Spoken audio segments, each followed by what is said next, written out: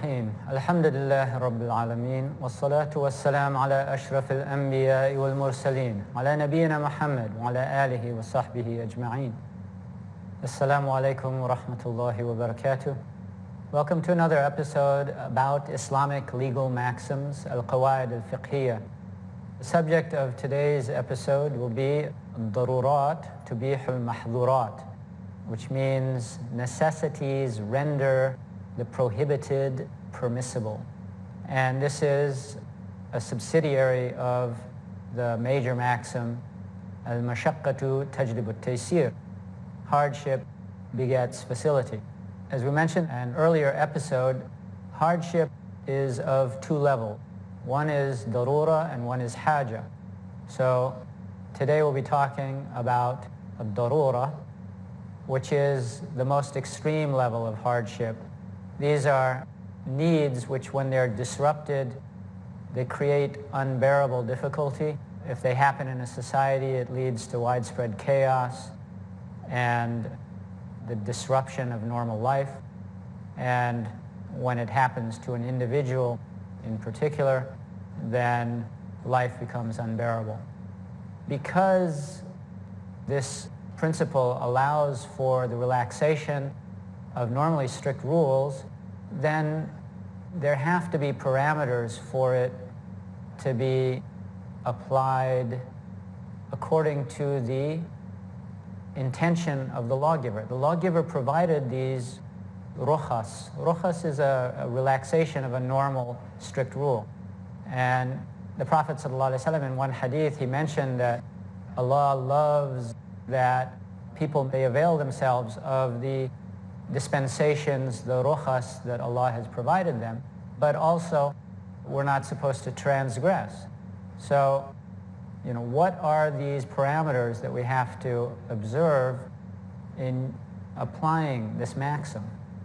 First of all, as we mentioned in another episode, the necessity must be present and not just anticipated. So an example from classical times was people are on a ship, they're sailing in the ocean, and they see really dark clouds on the horizon and they're coming towards the ship. So they know that a really big storm is going to hit them. So the people who run the ship, they can't just start taking passengers' belongings and throwing them overboard, because if the storm hits them and it becomes necessary at that point to get rid of some of the weight on the boat in order for everybody to survive, then it becomes lawful for them to do that, but not when it's just a maybe. Now, one of the examples that we discussed, we're doing a book on this in the institute where I work, we discussed an example that one of our researchers had suggested. We discussed it at considerable length because the issue was very much, controversial. To what extent is the danger present? The whole issue of overpopulation and the great numbers of people using resources, degrading those resources to a point where the planet will no longer be able to sustain the number of human beings at the current level. Now, there are signs of degradation of the environment all over the place. The glaciers are melting everywhere, the ice caps are melting. Most climate scientists agree that this is due to human impact upon the environment, the burning of fossil fuels in particular. The fish stocks in the ocean are being decimated by overfishing. There are various signs of environmental distress all over the place. But does this allow a government to step in and say, you know what, you can't have any more children, to people who have 3 or 4? And this is a situation that people in India, I'm sure, are familiar with, where the government at one point was sterilizing people without their knowledge, without their consent. And of course, that created a massive backlash, because these are fundamental human rights, the right to reproduce, the right to choose those issues. So at this point in time, is this an impending necessity, a darura, which is still in the future, or is it something which is upon us? Does the situation warrant government stepping in to interfere with people's private choices about how many children they will have? And when phrased in that way, I agreed with my colleagues that governments are not justified in stepping in on that level. The second parameter for how this principle works is that the period of the relaxation lasts only as long as that pressing need is existent. So if you have a need that comes into existence and that triggers the relaxation of a normal rule, that need continues for a period, and then the situation changes and the need disappears. As soon as it disappears, then the permission also disappears with it, and the rule returns back to its original status. The normal status is that the act is prohibited. And because of that being an important principle, jurists have actually mentioned a separate maxim for it. It says, ما أبيح للضرورة بطل بزوالها. Anything permitted due to the existence of darura will cease once it has passed. Okay, and then another parameter is that there should be no lawful alternative to the prohibited means that a person is using in order to deal with this crisis situation. So if you have a lawful means to still satisfy your need, you can't say, I'm forced to use these unlawful means, which is pretty straightforward and clear. If there are a number of prohibited options, and there are no lawful options in dealing with a situation, and there's a number of prohibited options, and the seriousness of the prohibition differs between option A and option B, then the less serious prohibition is the one that should be chosen in that circumstance. Also, you sometimes need expert consideration in order to determine whether a situation has reached the level where the prohibited becomes permissible. Now, a classic example of that is morphine. There are certain operations and certain kinds of illnesses where obviously for an operation you would normally need anesthetic.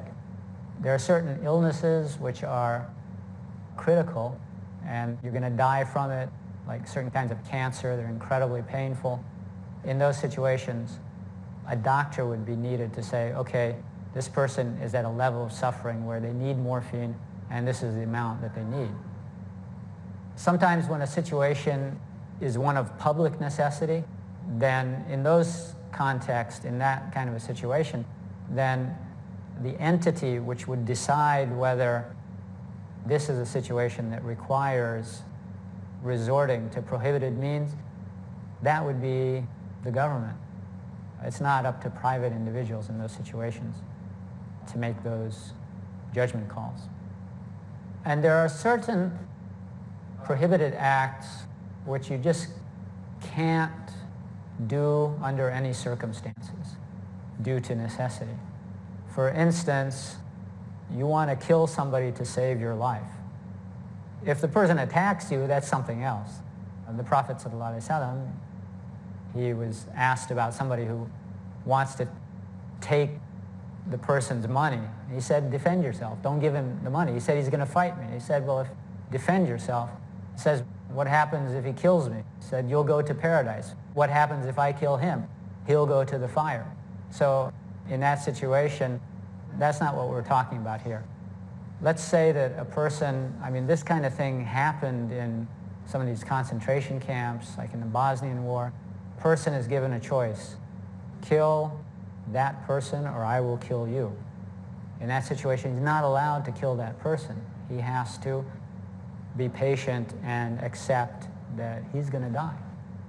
Okay, we'll take a break and we'll come back, inshallah.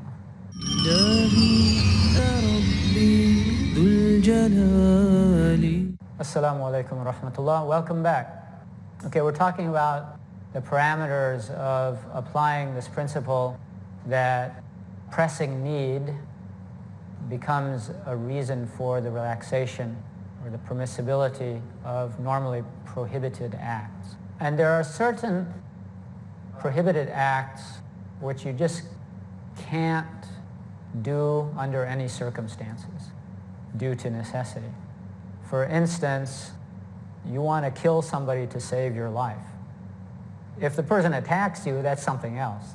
The Prophet ﷺ, he was asked about somebody who wants to take the person's money. He said, defend yourself. Don't give him the money. He said, he's going to fight me. He said, well, defend yourself. He says, what happens if he kills me? He said, you'll go to paradise. What happens if I kill him? He'll go to the fire. So in that situation, that's not what we're talking about here. Let's say that a person, this kind of thing happened in some of these concentration camps, like in the Bosnian War. A person is given a choice: kill that person or I will kill you. In that situation, he's not allowed to kill that person. He has to be patient and accept that he's going to die. And now we look at the implications of darura with regard to the rule.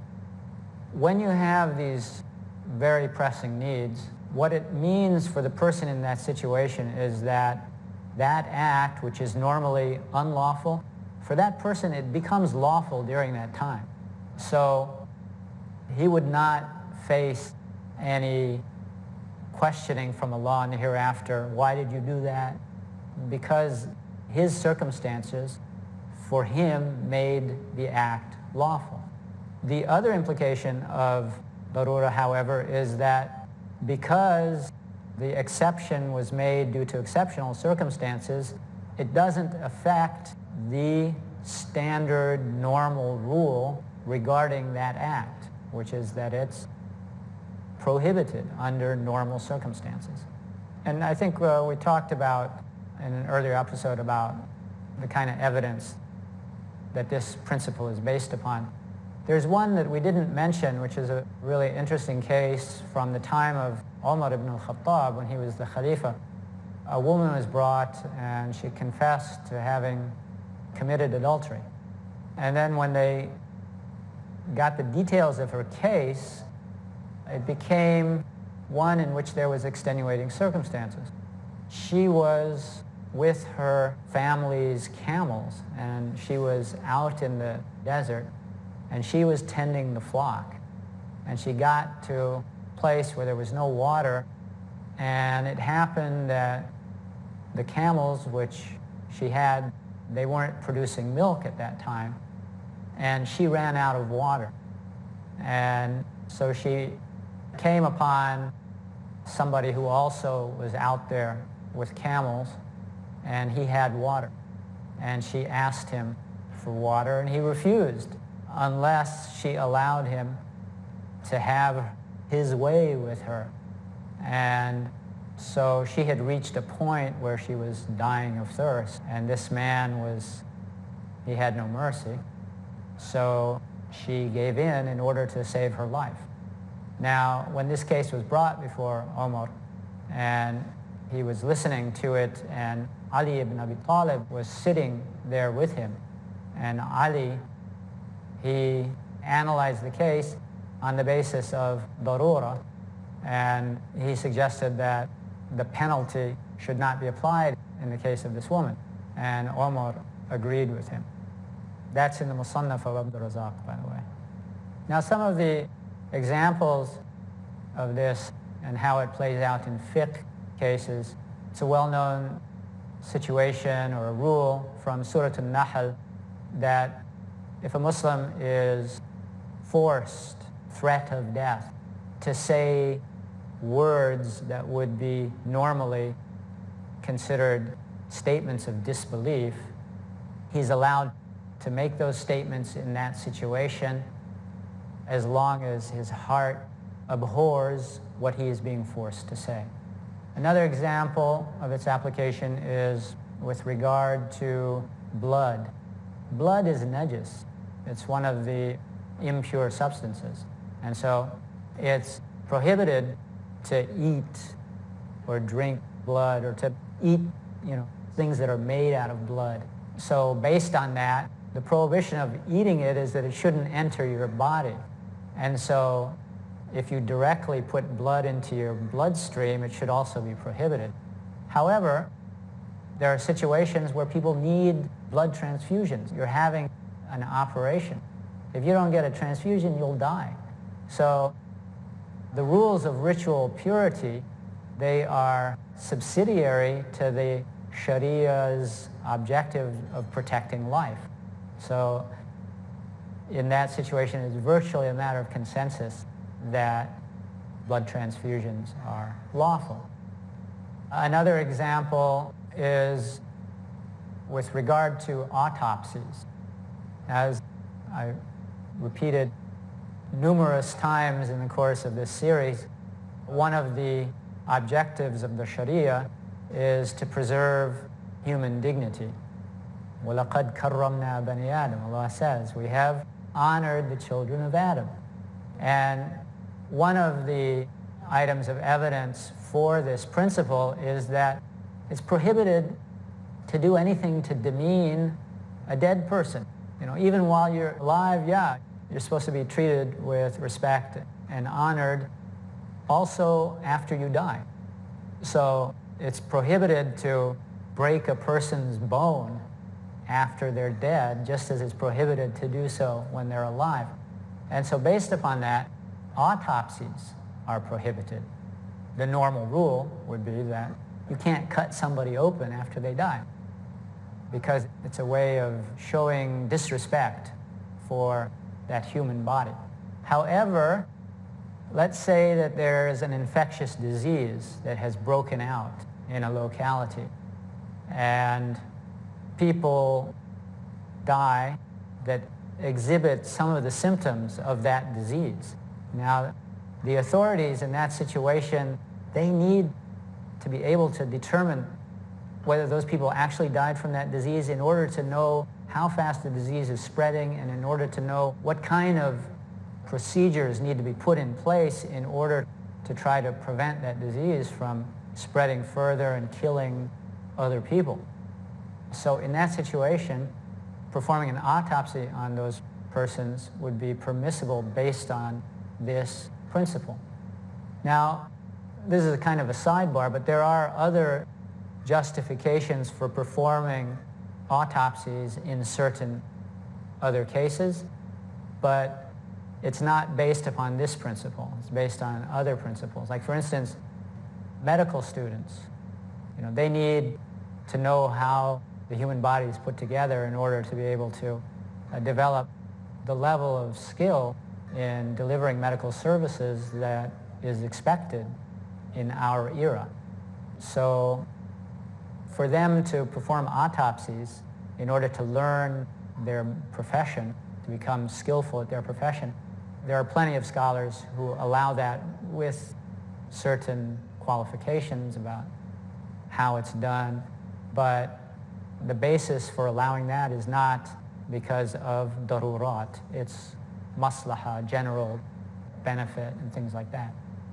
With regard to the application of the principle in Islamic finance or in financial issues, the normal rule for putting your money into a conventional bank is that it's not allowed.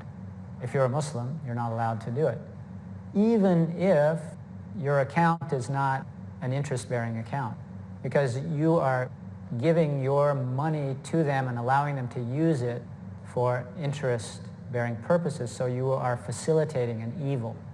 However, let's say you live in a non-Muslim country, there are no Islamic banks, and the place where you live, there are a lot of robberies, and there's no place safe to keep your money except a bank.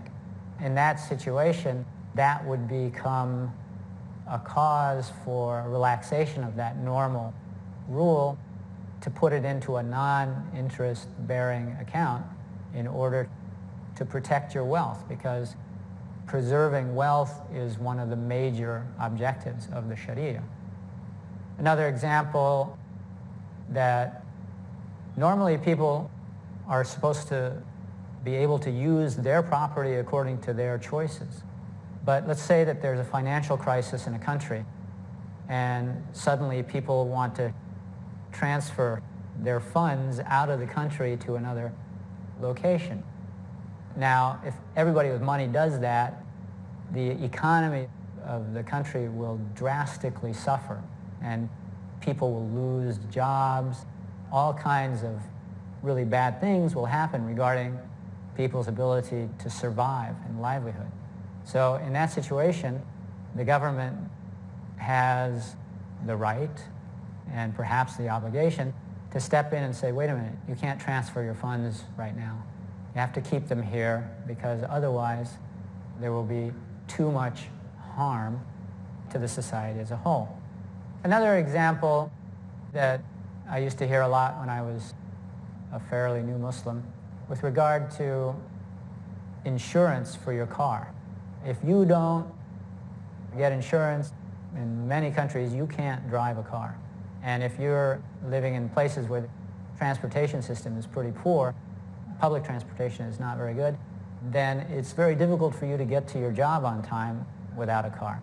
So in those situations, for you to take conventional insurance when there's no alternative to it for your car, that would be lawful, inshallah. Wassalamu alaikum wa rahmatullahi wa barakatuh.